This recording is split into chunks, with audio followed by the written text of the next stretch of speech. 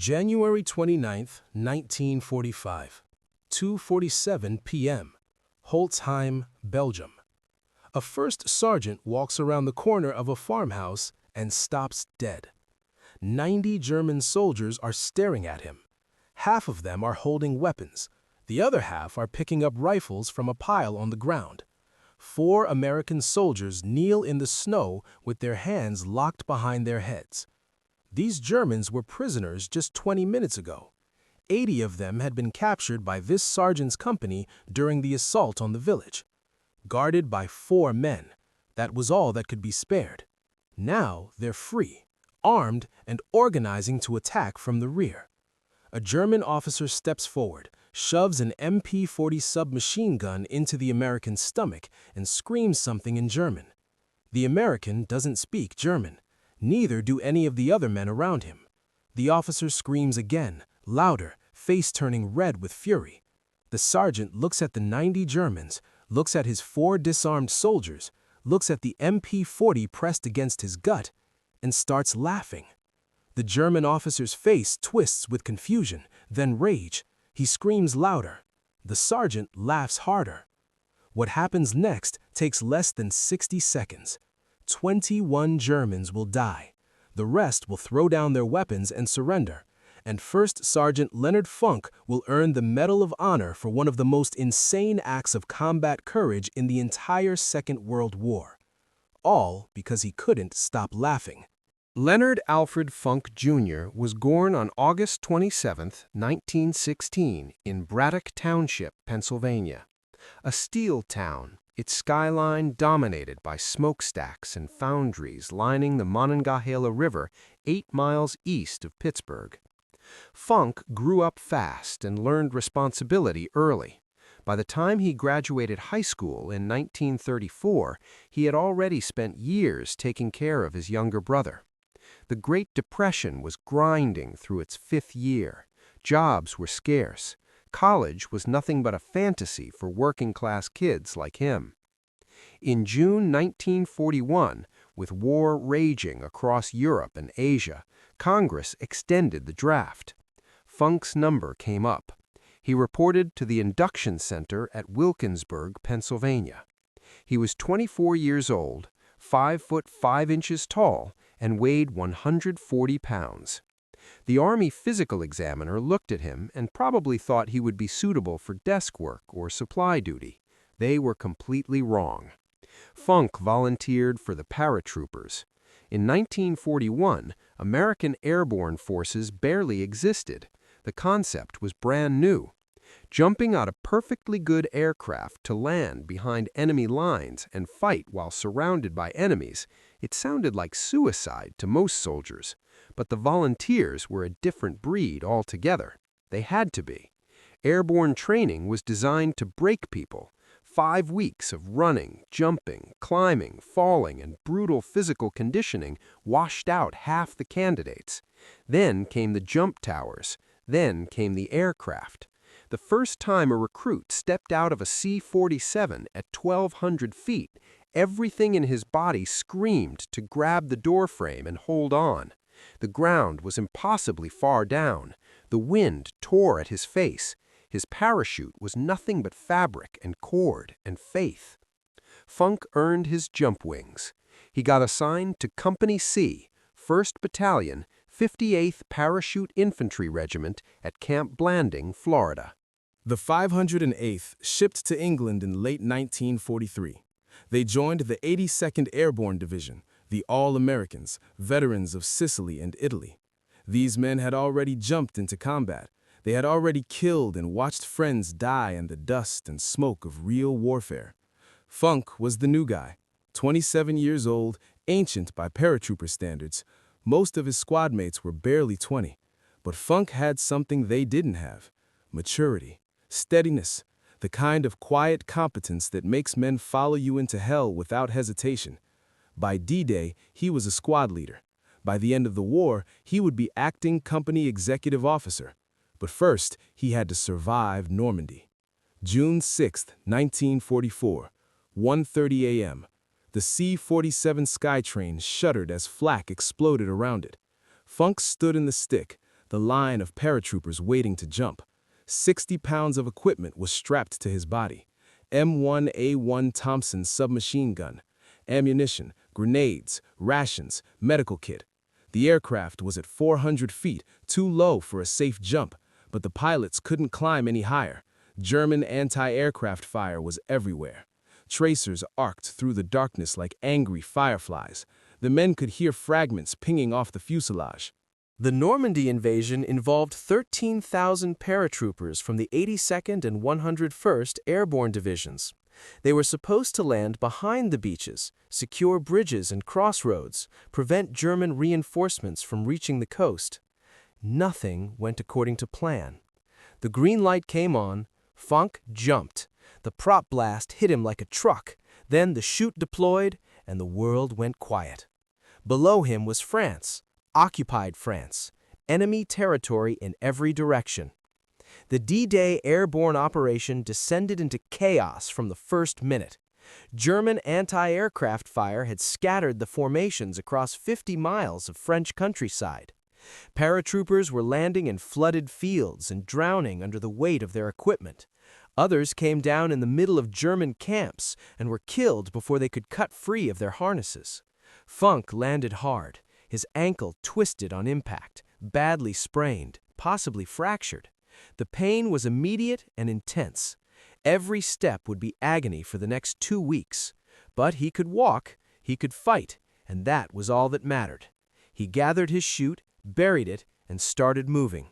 He was 40 miles from his intended drop zone, 40 miles of German-held territory in the dark, alone. Within hours, he had collected a group of lost paratroopers, men from different units, different companies, different regiments, 18 of them eventually, all of them looking for leadership. Funk gave it to them. For 10 days, Funk led this group through German-held territory. They traveled at night, hid by day, fought when they had to.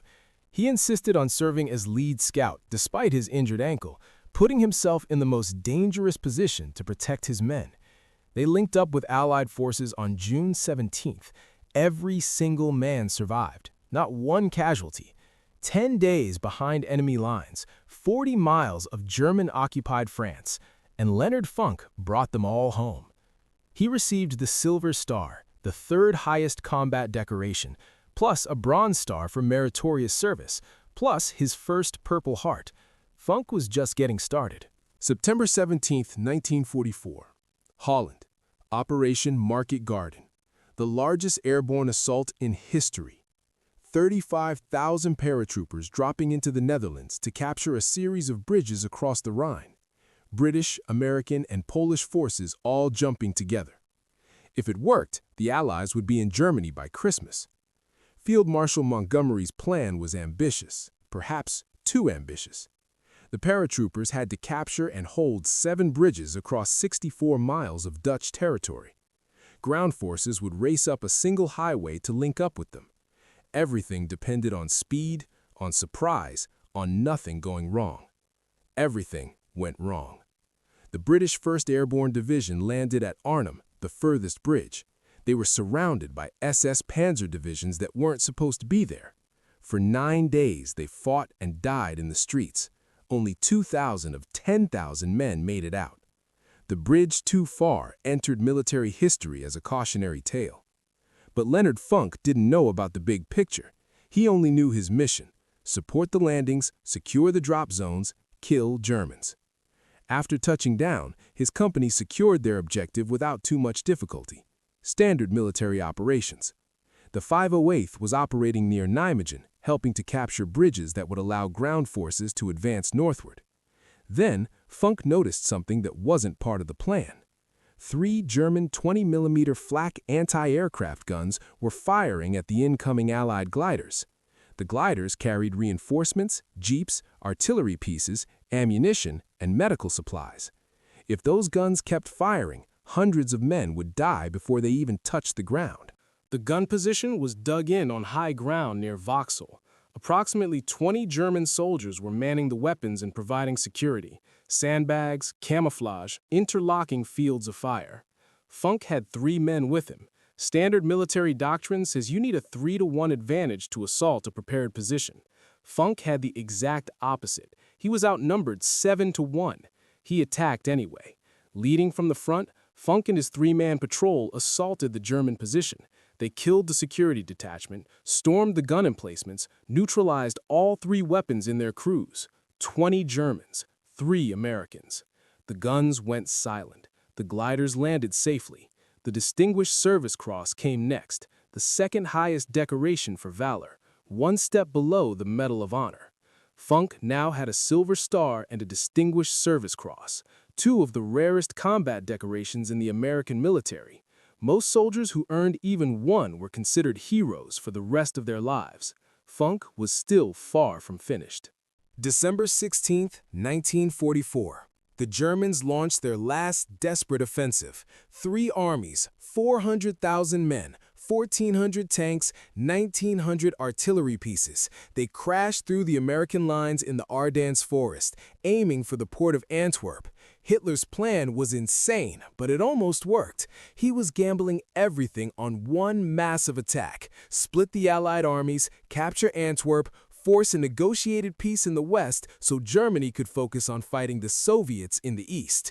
For the Americans, it was a nightmare scenario. The offensive hit thinly held sectors manned by green troops, and exhausted veterans pulled off the line to rest. Entire divisions crumbled. Thousands of soldiers surrendered. The German advance created a bulge 50 miles deep in the Allied lines. The Battle of the Bulge, the largest battle the American army would fight in the entire war. 89,000 American casualties before it was over.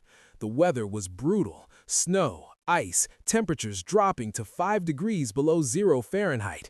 Men froze to death in their foxholes. Weapons jammed from the cold. Vehicles wouldn't start. The cold was as deadly as the Germans themselves. Then came Malmedy. December 17, 1944. One day into the offensive, a convoy from the 285th Field Artillery Observation Battalion was moving near the Bognez Crossroads when they ran directly into the spearhead of Kampfgruppe Piper, an SS armored battle group. The Americans were rear-echelon troops, artillery observers, radio operators. They were not equipped for a fight with tanks and armored infantry. After a brief and one-sided engagement, 113 Americans surrendered. They were herded into a farmer's field near the crossroads. Hands up, disarmed, prisoners of war. Then the SS opened fire. Machine guns, pistols, rifles. The Germans shot them down like cattle. Men who tried to run were cut down. Men who fell wounded were finished off with shots to the head. 84 Americans died in that field. Some survived by lying still and playing dead. They lay in the snow for hours while German boots walked past them. German voices laughed. When darkness came, 43 survivors crawled away and made it back to American lines. The news spread through the American army like wildfire. Within hours, orders were being passed down through units, Germans executing prisoners. Malmedy changed everything. Before that day, the war in Europe had rules, unofficial, unspoken, but real. Soldiers surrendered when the situation was hopeless. Prisoners were treated according to the Geneva Convention. There was a kind of grim professionalism between enemies. After Malmedy, the rules were gone. American soldiers swore they would never surrender to the SS. Some units passed down orders, no SS prisoners. When Funk heard about the massacre, something hardened inside him. He had already seen too much. Normandy, Holland, friends dying in fields and forests across Europe. But this was different. This was murder, cold-blooded execution of men who had surrendered in good faith. Leonard Funk made a decision right then. He would never surrender to the Germans, no matter what. That decision would matter very soon. January 29, 1945. The Ardennes. The German offensive had been broken. Now the Allies were pushing back hard. Company C, 508th Parachute Infantry, received orders to capture the Belgian village of Holzheim. There was a problem. Company C was severely under strength. The executive officer, second in command, had been killed in recent fighting. They didn't have enough men for a proper assault. Funk was now acting executive officer. He looked at his depleted roster and made a decision. He walked to the company headquarters tent. Inside were clerks, supply personnel, cooks, men who had spent most of the war behind desks and had rarely seen actual combat. "You're all infantry now," Funk told them. "Grab your weapons. We're taking that village." He formed a makeshift platoon out of 30 men who had spent most of the war doing paperwork.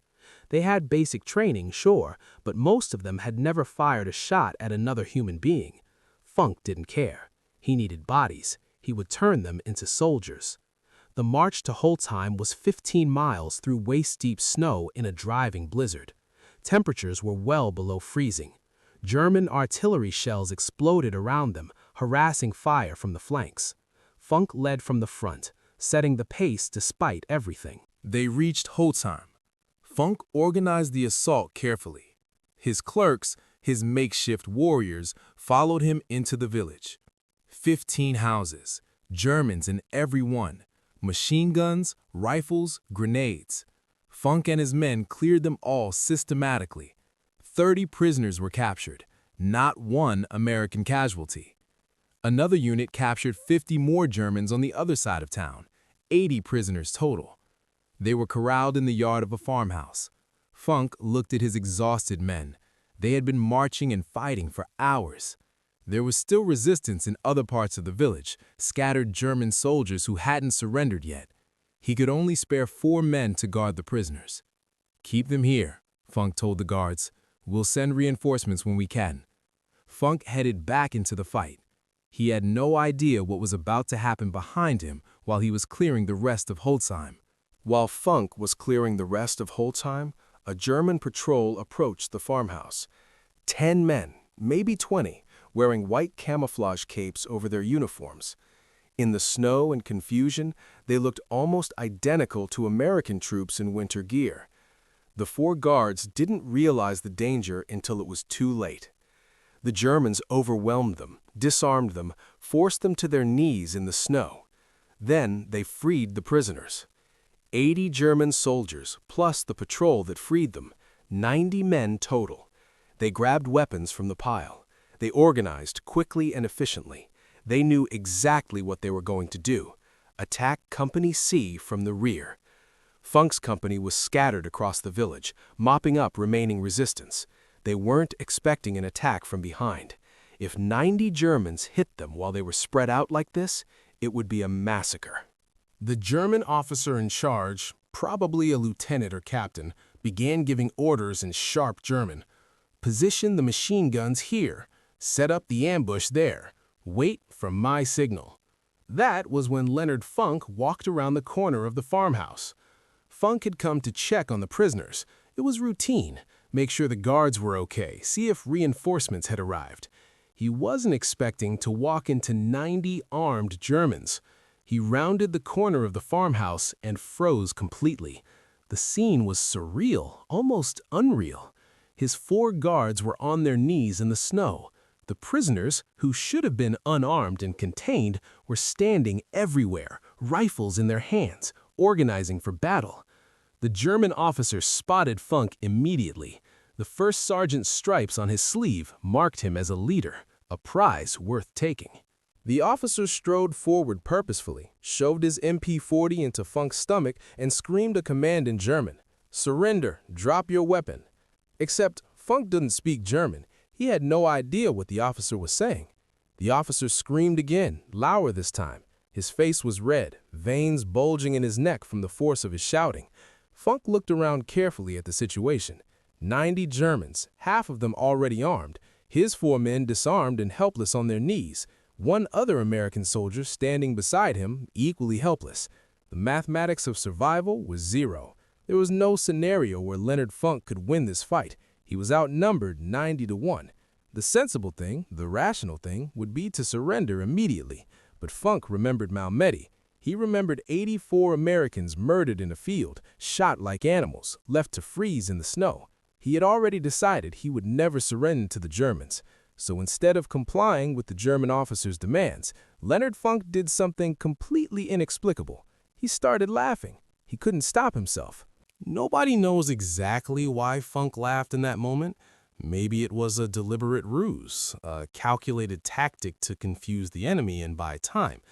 Maybe it was a stress response. The human brain does strange things when faced with almost certain death.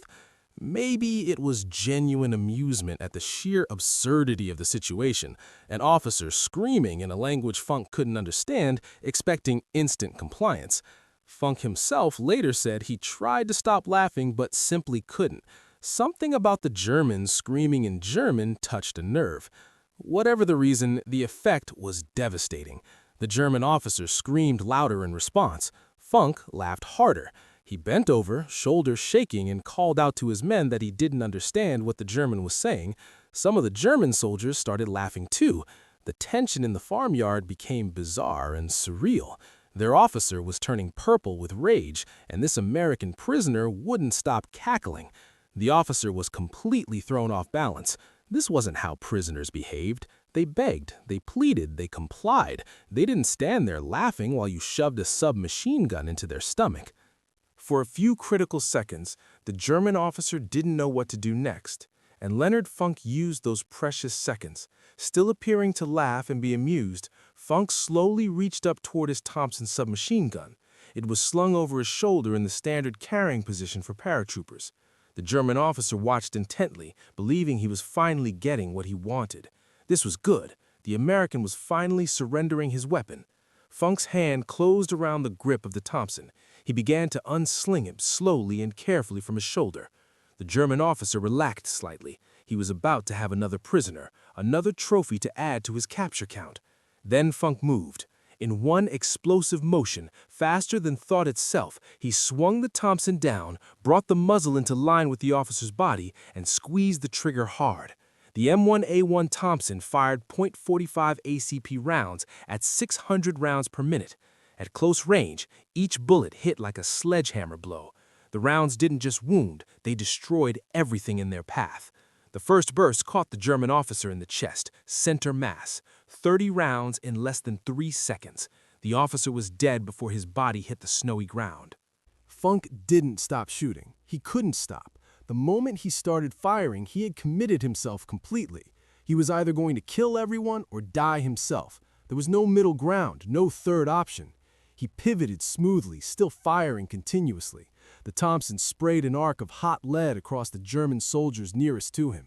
Men screamed and fell. Blood sprayed across the white snow, staining it red. Brass casings tumbled through the air, steaming in the freezing cold. The magazine ran dry, 30 rounds expended in just seconds. This was the critical moment. A Thompson takes 2 seconds to reload if you practice it 1,000 times. 2 seconds is forever in a firefight.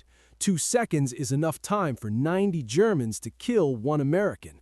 Funk yanked the empty magazine out violently, slammed a fresh one in with precision, racked the bolt, and kept shooting without pause. The whole sequence took less than a heartbeat. Muscle memory, thousands of hours of training compressed into one fluid, automatic motion. At the same time, he was screaming at his men, "Pick up their weapons! Pick up their weapons!" The 4 guards, still on their knees, scrambled desperately for the rifles the dead Germans had dropped in the snow. Seconds ago, they were prisoners awaiting execution. Now, they were fighting for their lives. The Germans dissolved into chaos. Their officer was dead. The American, who had been laughing, was now killing them. Nobody gave new orders. Nobody knew what to do in this situation. Some of them started shooting back at Funk. Bullets cracked through the air past his head. One round killed the soldier standing beside him instantly. Funk kept firing, kept moving, kept killing. His guards now had weapons in their hands. They were shooting too, adding their firepower to his. The Germans were caught in a crossfire they never expected, never planned for. 60 seconds, that was all it took, just 1 minute. 21 German soldiers lay dead in the snow. 24 more were wounded badly. The rest, more than 40 of them, had thrown down their weapons and raised their hands high in surrender. The prisoners were prisoners again. Leonard Funk stood in the middle of the carnage, smoke rising from his Thompson submachine gun, surrounded by bodies in the snow. "That," he said calmly to his men, "was the stupidest thing I've ever seen." The aftermath was almost anticlimactic in comparison. Company C secured Holtzheim completely. The captured Germans, the survivors anyway, were marched to the rear under much heavier guard this time. Funk reported the incident to his commanding officer. "Just another firefight," he said. "Just another day in the war." But the story spread through the regiment, through the division, through the entire 82nd Airborne Division like wildfire. The sergeant who laughed at 90 Germans and killed half of them with a Tommy gun. When the Medal of Honor recommendation reached Washington, nobody questioned it or debated it. What Funk did at Holtzheim was beyond dispute. Outnumbered 90-1, an enemy weapon in his gut, and instead of surrendering, he attacked. The official citation reads, "He was ordered to surrender by a German officer who pushed a machine pistol into his stomach. Although overwhelmingly outnumbered and facing almost certain death, First Sergeant Funk, pretending to comply with the order, began slowly to unsling his submachine gun from his shoulder, and then, with lightning-fast motion, brought the muzzle into line and riddled the German officer with bullets. He turned upon the other Germans, firing and shouting to the other Americans to seize the enemy's weapons. September 5, 1945, the White House. President Harry Truman placed the Medal of Honor around Leonard Funk's neck. "I would rather have this medal," Truman said, "than be President of the United States. Let me count what Leonard Funk earned during World War II. Medal of Honor for Holtzheim, Distinguished Service Cross for the anti-aircraft guns in Holland, Silver Star for leading 18 men through 40 miles of enemy territory in Normandy, Bronze Star for meritorious service, 3 Purple Hearts. He was wounded 3 separate times and kept fighting anyway, plus decorations from France, Belgium, and the Netherlands, their equivalent of the Victoria Cross. Leonard Funk was the most decorated paratrooper of World War II. 5 foot 5 inches tall, 140 pounds, a former store clerk who became a legend." The war ended. Funk went home to Pennsylvania. He didn't write a book about his experiences. He didn't do the lecture circuit. He didn't turn his Medal of Honor into a speaking career or a political platform. He didn't cash in on his fame. He went back to Pennsylvania and got a job with the Veterans Administration. The VA, the massive bureaucracy responsible for taking care of America's former soldiers, helping veterans navigate the paperwork, processing disability claims, cutting through red tape for men who had given everything and now needed help getting what they were owed. The same kind of clerk work he did before the war. The same quiet, unglamorous, necessary work. For 27 years, Leonard Funk sat at a desk and helped veterans. He rose through the ranks gradually, became division chief of the Pittsburgh Regional Office. Good salary, steady hours, a pension waiting at the end. His wife, Gertrude, stuck with him through all of it. They had 2 daughters. They lived in McKeesport, Pennsylvania, a working-class neighborhood in a working-class town not far from where he had grown up. The Medal of Honor hung in a case somewhere. The Distinguished Service Cross, the Silver Star, all the foreign decorations from France and Belgium and the Netherlands. He never talked about them. When people asked about Holtzheim, about the laughing, about the 90 Germans, he would shrug it off. "Did what I had to do," he would say. That's it. That's all he ever said about it. November 20th, 1992, Braddock Hills, Pennsylvania. Leonard Alfred Funk, Jr. died of cancer. He was 76 years old. They buried him at Arlington National Cemetery, Section 35, grave 23734. Among the heroes of every American war. At the time of his death, he was the last surviving Medal of Honor recipient from the 82nd Airborne Division in World War II. A fitness center at Fort Bragg, now called Fort Liberty, is named after him. A highway in Pennsylvania bears his name. A post office in McKeesport was dedicated to him in 2023. But most people have never heard of Leonard Funk. They know Audie Murphy. They know Alvin York, the famous Medal of Honor recipients whose names appear in history books. They don't know the short, quiet paratrooper who laughed at 90 Germans and killed 21 of them with a Tommy gun. Here's what the story of Leonard Funk tells us about life and death and courage. War doesn't favor the big. It doesn't favor the strong. It doesn't favor the reckless or the fearless. War favors the ones who keep thinking when everyone else has stopped thinking. At Holtzheim, Leonard Funk had every reason to surrender. The math was impossible. 90 against 1. A gun in his stomach. His men already captured and helpless. Any rational person would have given up immediately. But Funk wasn't thinking about the math. He was thinking about Malmedy, about 84 Americans murdered in a field, about what the Germans did to prisoners who surrendered. And he was thinking about his men, the 4 guards on their knees, the soldiers scattered across the village who would be hit from behind if these Germans escaped. So he laughed, maybe as a deliberate tactic, maybe from stress, maybe because the whole absurd situation struck him as funny. And while the German officer was confused, while everyone was off balance, Leonard Funk made his move. 60 seconds later, he was standing in a field of bodies, alive when he should have been dead.